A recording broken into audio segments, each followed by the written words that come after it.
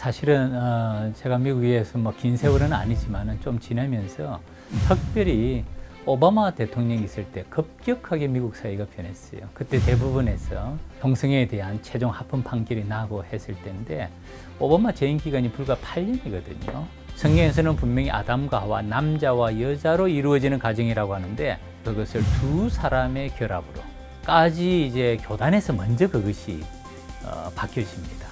사실 뭐 친구 목사님이나 다름없습니다. 나하고 같은 동갑이었는데 그 목사님이 한번 나하고 식사를 하면서 그 얘기하더라고요. 우리는 동성애에 대해서 반대합니다 라는 입장을 정확하게 했는데 그분은 찬성하는 목사님이셨어요.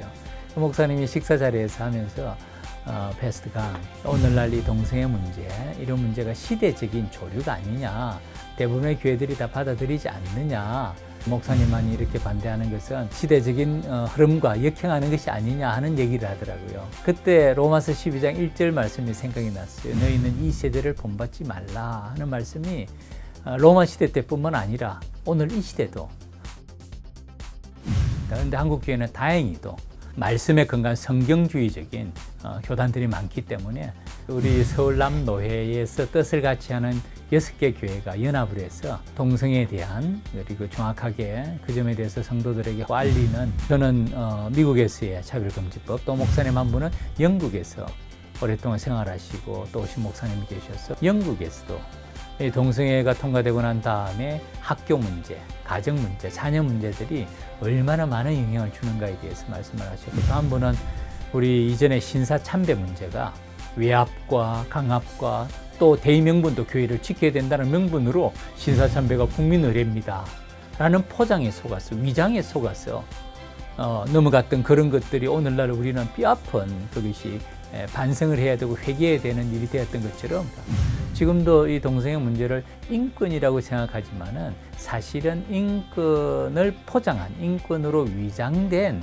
이것은 심각한 영적인 문제라고 생각을 하거든요. 그 모임을 계기로 해서 우리 목사님들도 각 교회에서 이 점에 대해서 좀 더 깊은 경각심을 가지고 실제로 국회의원들을 만났을 때는 국회의원들도 전혀 생각지도 못했다, 그 얘기하시는 분들이 생각보다도 많았습니다. 그리고 이 문제가 평등이나 차별을 방지하는 차원이 아니라 또 다른 차원이 정말 있구나. 저도 이 노예 내에서 저 혼자만 하는 게 아니고요. 서로 소통하면서 대화하고 방향도 잡고 또 이렇게 하면서 지혜를 구하면서 한 사람을 통해서 하나님께서 놀라운 역사를 일으키시는데, 시작을 하시면 또 주변에서 같은 뜻을 가지신 분들이 힘을 합하고 뜻을 합해서 또 모임을 시작할 수 있지 않을까라고 생각을 합니다. 먼저 왜 평등법과 차별금지법이 우리 교회에 심각한 문제가 되는지에 대해서는 공부해야 됩니다. 알아야 됩니다.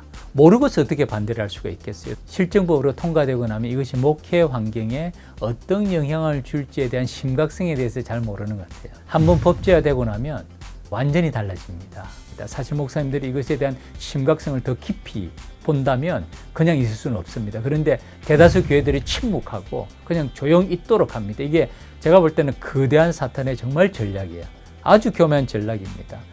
우리 사도 바울이 얘기한 것처럼 사탄이 자신을 광명의 천사로 위장하고 사탄의 일꾼도 자신을 의의 일꾼으로 위장하는 것이 그것이 대단한 일이 아니라고 이야기하는 것처럼 꼭 같다고 생각합니다. 미국에서 청교도 정신이 사라지는 것처럼 한국 교회가 정말 큰 위기가 오게 됩니다. 이것이 합법화가 된다는 말은 동성애는 더 이상 죄가 아닙니다 라는 얘기가 되고, 동성애를 죄라고 말하면 죄인이 됩니다.